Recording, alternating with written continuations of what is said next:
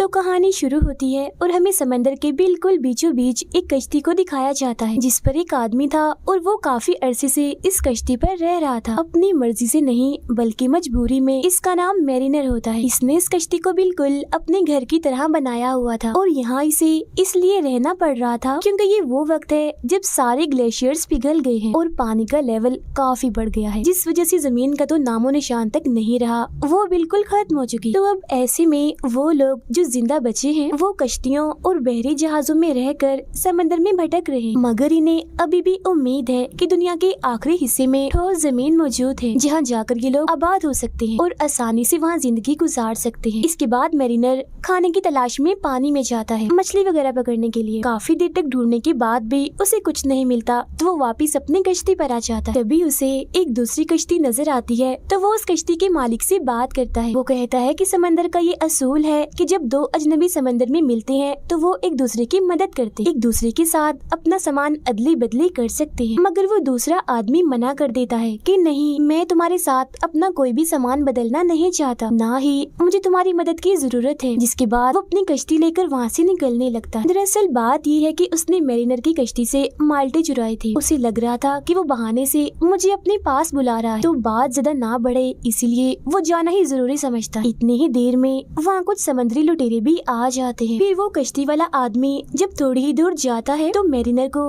उसके माल्टे दिखाकर चिढ़ाने लगता है, जो देख मैरिनर को काफी गुस्सा आता है और वो अपनी कश्ती तेजी से उसके पीछे भगाने लगता है।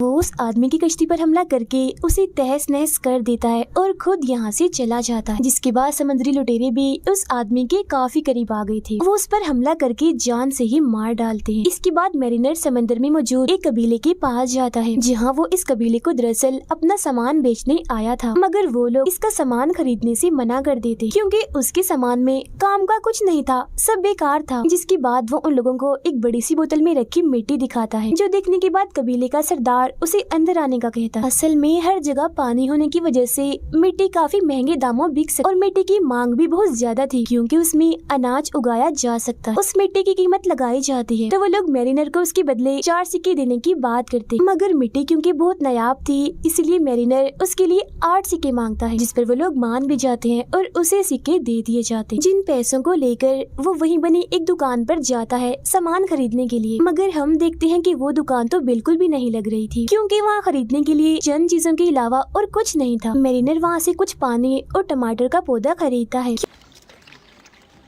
क्योंकि पानी की भी किल्लत थी और समंदर का पानी तो पिया ही नहीं जा सकता था। जिसके बदले में वो अपने आधे पैसे उस दुकान के मालिक को दे देता है। उसका नाम था हेलन। अब जब मैरिनर वहाँ से जा रहा था तो कबीले के कुछ लोग एक लड़की को लेकर उसके पास आते हैं और कहते हैं अगर तुम इस लड़की से शादी करोगे तो यहाँ से तुम जो चाहे ले जा सकते हो। अब कबीले के लोग ऐसा इसीलिए चाहते थे क्योंकि मैरिनर काफी बहादुर और ताकतवर था, जबकि उसके मुकाबले में इस कबीले के लोग बुज़दिल थे। इसीलिए उन लोगों का मानना था कि शादी के बाद मैरिनर का जो बच्चा होगा वो भी उसकी तरह ही बहादुर होगा, मगर वो इसके लिए साफ साफ मना करके वहाँ से जाने लगता है, जो देख कबीले वालों को लगता है कि जरूर मैरिनर कोई इंसान नहीं बल्कि जल परी है क्योंकि वो इतने वक्त से अकेला अपनी कश्ती में भटक रहा था और आज अगर उसे मौका मिल रहा था शादी करने का तो उसने मना कर दिया, जबकि अगर वो सच में इंसान होता तो उसके लिए कभी इनकार न करता। तो वो लोग उसे वहाँ से जाने नहीं देते और उसे पकड़ लेते। तब उनमें से एक आदमी मैरिनर के कान के पीछे एक निशान देखता है जो कि जलपरियों के कानों के पीछे ही होता है, जो देख वो आदमी घबरा जाता है और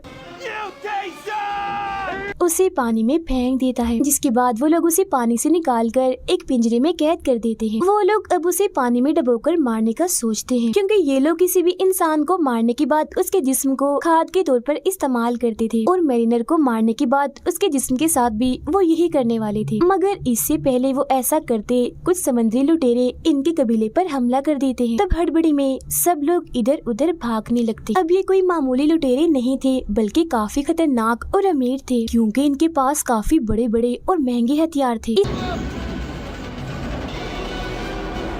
इसके अलावा उड़ने वाले कुछ जहाज भी थे जो कि इस वक्त में किसी के पास भी नहीं थे। वो लोग अपने हथियारों से कबीले पर लगातार गोलियां चलाते हैं, जिस वजह से उस कबीले का बुरा हाल हो जाता है। वहाँ धुआं उठ रहा था, सब कुछ टूट गया था, पूरी तरह कबीला तहस नहस हो चुका था। फिर जब वो दुकान की मालिक हेलन मैरिनर को डूबते हुए देखती है तो उसके पास आती है और उसे कहती है, मैं तुम्हें बचा सकती हूँ, मगर इसके लिए तुम्हें मुझे अपनी कश्ती पर ले जाना होगा, जिसके लिए वो मान जाता है। तब फौरन ही हेलन पिंजरे का ताला तोड़कर उसे बाहर निकाल देती, जिसके बाद वो हेलन और उसकी बेटी को वहाँ से निकाल कर अपनी कश्ती में ले आता है। अब यहाँ हमें पता चलता है कि हेलन की बेटी की कमर पर एक टैटू है जो कि दरअसल एक आइलैंड का नक्शा है और ये वो जगह है जहाँ ठोस जमीन है और ये लोग वहाँ आबाद हो सकते हैं। यहाँ हमें ये राज पता चलता है कि मैरिनर सच में एक जल परी ही है, इसीलिए वो पानी में सांस भी ले सकता है। वो हेलन से कहता है कि तुम या तुम्हारी बेटी में से किसी एक को मरना होगा, क्योंकि हमारे पास पीने के लिए पानी बहुत ही थोड़ा है, और अगर तुम दोनों में से कोई एक ना मरा तो प्यास की वजह से हम तीनों ही मर जाएंगे। ये सुनकर हेलन काफी परेशान हो जाती है, पर वो कैसे भी करके मैरिनर को मना लेती है खुद को और अपनी बेटी को जिंदा रखने के लिए।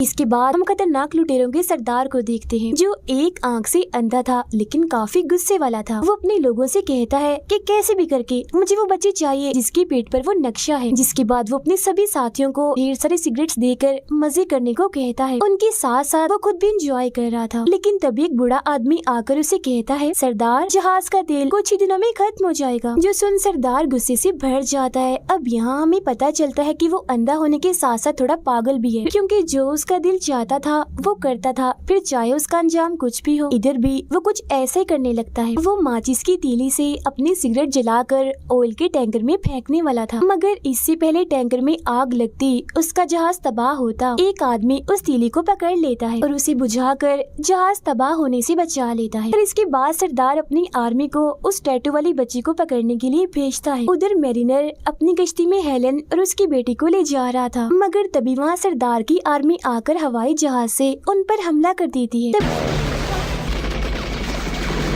उनसे लड़ने के लिए हथियार लाने के लिए मैरिनर अपने कश्ती के नीचे वाले हिस्से में जाता है। ये देख हेलन को लगता है कि शायद मैरिनर हमें छोड़कर भाग गया है, इसीलिए वो खुद ही एक हथियार से उन लोगों के जहाज पर हमला कर देती है। तब जैसे ही तीर उनके जहाज पर लगता है तो वो तबाह तो नहीं होता, बल्कि रस्सी उस जहाज पर अटक जाती है, जिससे अब लुटेरों का जहाज उनकी कश्ती के चारों तरफ घूमने लगता है। मगर तभी वहाँ मैरिनर आकर कैसे भी करके उस रस्सी को काट देता है, जिससे लुटेरों का जहाज आजाद होकर वहाँ से चला जाता है। अब ऐसा करके हेलन ने उस हथियार का एक तीर गवा दिया था, इसीलिए मैरिनर उस पर और उसकी बेटी पर काफी गुस्सा करता है। सजा देने के लिए वो उन दोनों के बाल काट देता है, जिसके बाद वो दोबारा से अपना सफर शुरू कर देते हैं। वो लोग आगे बढ़ ही रहे थे, मगर तभी उन्हें पानी में एक जहाज दिखाई देता है, जिसे देखकर हेलन कहती है, हमें उस जहाज पर जाना चाहिए ताकि वहाँ से हमें खाने पीने के लिए कुछ मिल सके। अब हालांकि मैरिनर उस जहाज पर जाना तो नहीं चाहता था, मगर वो हेलन की बात मानकर जहाज के मालिक के पास जाता है।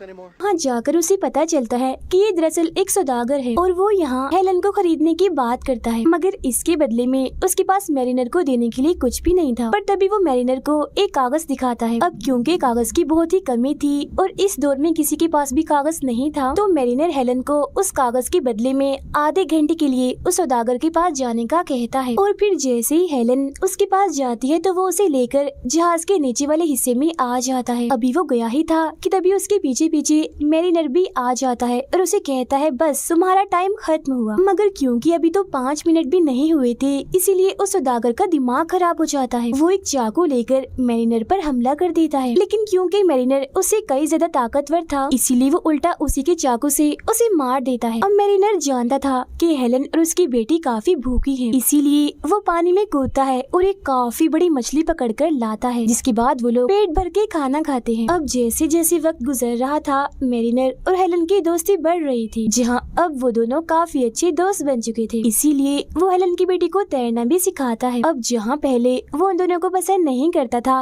अब वो तीनों एक दूसरे के दोस्त थे। अब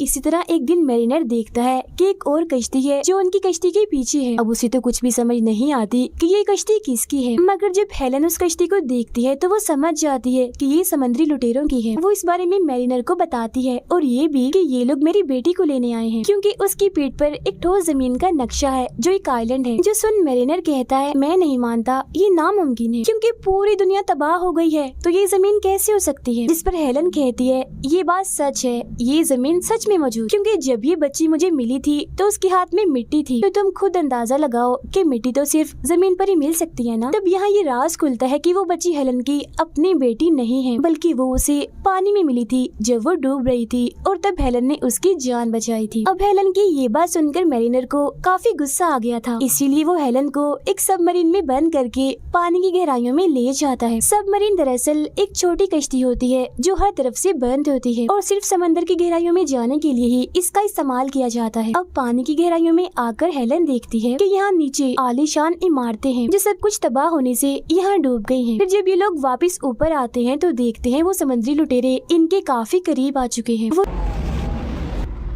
इनकी कश्ती पर आकर दोनों को पकड़ लेते हैं। सरदार इनसे पूछता है, वो बच्ची कहाँ है जो तुम्हारे साथ थी। अब क्योंकि सच में वो बच्ची के बारे में कुछ नहीं जानते थे, इसीलिए वो कहते हैं हमें नहीं पता इस बात। ये सुनकर सरदार को गुस्सा आ जाता है, इसीलिए वो उन दोनों को मारने का हुक्म दे देता है। अब हम बच्ची को देखते हैं जो और कहीं नहीं बल्कि इसी कश्ती के नीचे छुपी हुई थी। वो उन दोनों को मारने वाली बात सुनकर ऊपर आ जाती है, जिसे देखकर सरदार फौरन ही उसे पकड़ लेता है। अब उसे बच्ची भी मिल गई थी, मगर अभी भी वो अपनी बात पर कायम रहता है, यानी वो मैरिनर और हेलन को फौरन मारने का कहता है। मगर इससे पहले वो लोग इनके साथ कुछ करते, मैरिनर हेलन को लेकर पानी में कूद जाता है। वो लोग उन पर गोलियां भी चलाते हैं, मगर वो कैसे भी करके बच जाते हैं।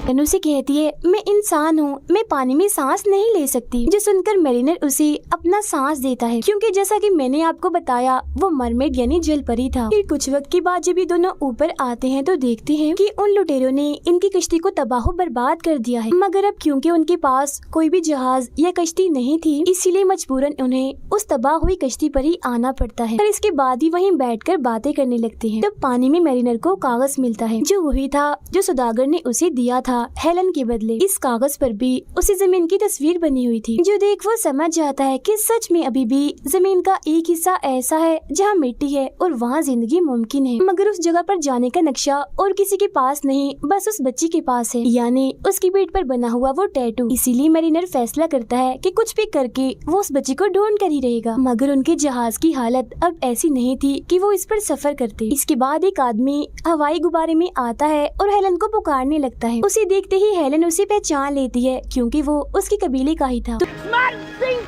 तो अब वो उन दोनों को अपने गुब्बारे में बिठा लेता है, जिसके बाद वो उन लुटेरों को ढूंढने के लिए निकल जाते। काफी देर ढूंढने के बाद मैरिनर को उन लुटेरों का जहाज मिल जाता है, जहाँ वो छुपते छुपाते उस जहाज में चढ़ जाता है। जिसके बाद वो सरदार के सामने जाता है और कहता है कि उस बच्ची को हमारे हवाले कर दो, मगर वो बच्ची देने से साफ साफ मना कर देता है। अब इनकार सुनकर मैरिनर अपने साथ लाया हुआ बॉम्ब वहाँ पड़े तेल के टैंकर में डाल देता है, जिस वजह से वहाँ काफी बड़ा धमाका हो जाता है और काफी सारे लुटेरे मारे जाते हैं। इसके बाद मैरिनर बच्ची को ढूंढने लगता है, मगर सरदार बच्ची को लेकर एक हवाई जहाज में बैठकर वहाँ से जाने लगता है। मगर इससे पहले वो बच्ची को वहाँ से लेकर जा पाता, मैरिनर सिर्फ अपने हाथ से हमला करके जहाज रोक देता है, जिससे अब उसका जहाज भी तबाह हो गया था। तभी यहाँ गुब्बारे में बैठा आदमी और हेलन यहाँ पर आ जाते हैं और रस्सी के सहारे मैरिनर और बच्ची को ऊपर खींच लेते हैं। तो वो लोग देखते हैं कि लुटेरों के जहाज में एक काफी बड़ा धमाका हो गया है, जिससे बचे हुए सारे लुटेरे भी अब मारे जाते हैं। तभी हम देखते हैं कि लुटेरों का सरदार अभी मरा नहीं है, बल्कि वो अभी जिंदा है, जो मैरिनर पर गोली चलाता है। अब वो गोली मैरिनर को तो नहीं लगती, मगर हड़बड़ी में बच्ची उस गुब्बारे से गिर जाती है। अब बच्ची को पकड़ने के लिए मैरिनर अपनी 3 कश्तियों को भेजता है, मगर इससे पहले वो बच्ची को पकड़ पाते, ठीक वक्त पर रस्सी के सहारे लटक कर